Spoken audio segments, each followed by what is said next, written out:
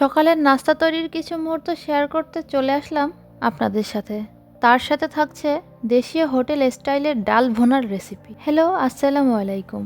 Welcome জানাচ্ছি আমার আরও একটি নতুন ভিডিওতে। আজকে ছুটির দিন, রবিবার, তাই চিন্তা করলাম একটু দেশীয় নাস্তা তৈরি করি। সপ্তাহের অন্য দিনগুলোতে নাস্তা খাওয়া হয় ঠিকই, কিন্তু ব্যস্ততার কারণে গুছিয়ে খাওয়া হয় না।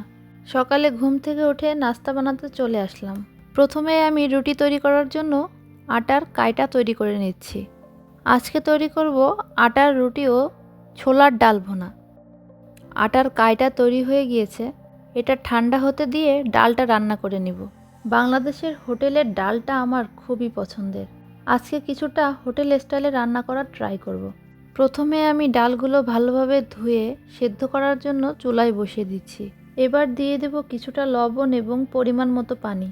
এবার ঢাকনা দিয়ে রান্না করব যতক্ষণ পর্যন্ত ডালটা সেদ্ধ হয়। ডালটা সেদ্ধ করে নিয়েছি। এবার চুলায় একটি প্যানে 1 টেবিল চামচ পরিমাণ রান্নার রেগুলার তেল নিব।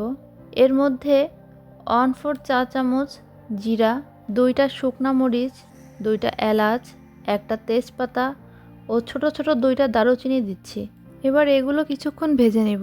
এবার দিয়ে দিচ্ছি 1টা পেঁয়াজ কুচি, 1 চা চামচ রসুন কুচি, 1/2 চা চামচ আদা কুচি, হালকা বাদামি করে ভেজে নিব। পরবর্তীতে 1/2 চা চামচ হলুদ গুঁড়া, 1/2 চা চামচ মরিচ গুঁড়া, 1/2 চা চামচ ধনিয়া গুঁড়া, স্বাদমতো লবণ। লবণটা বুঝে দিতে হবে, কারণ ডালটা সেদ্ধ করার সময় লবণ দিয়েছিলাম। এবার মশলাগুলো কিছুক্ষণ কষিয়ে নেব এবং সেদ্ধ করা ডালটা মশলাগুলোর মধ্যে দিয়ে আরও কিছুক্ষণ কষিয়ে নেব। পরবর্তীতে পানি অ্যাড করব এবং এর মধ্যে একটা মরিচকে ফালি করে দিয়েছি। এবার ঢাকনা দিয়ে রান্না করব কিছুক্ষণ। যখন ডালটা রান্না হয়ে যাবে সেই পর্যায়ে চুলা থেকে নামানোর আগে কিছুটা গরম মশলা গুঁড়া ও ধনিয়া পাতা কুচি উপর থেকে ছড়িয়ে দিলেই তৈরি হয়ে যাবে মজাদার হোটেল স্টাইলের ডাল ভুনা।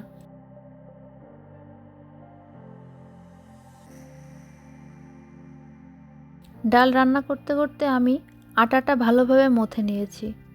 এবার রুটিগুলো বানিয়ে নেব।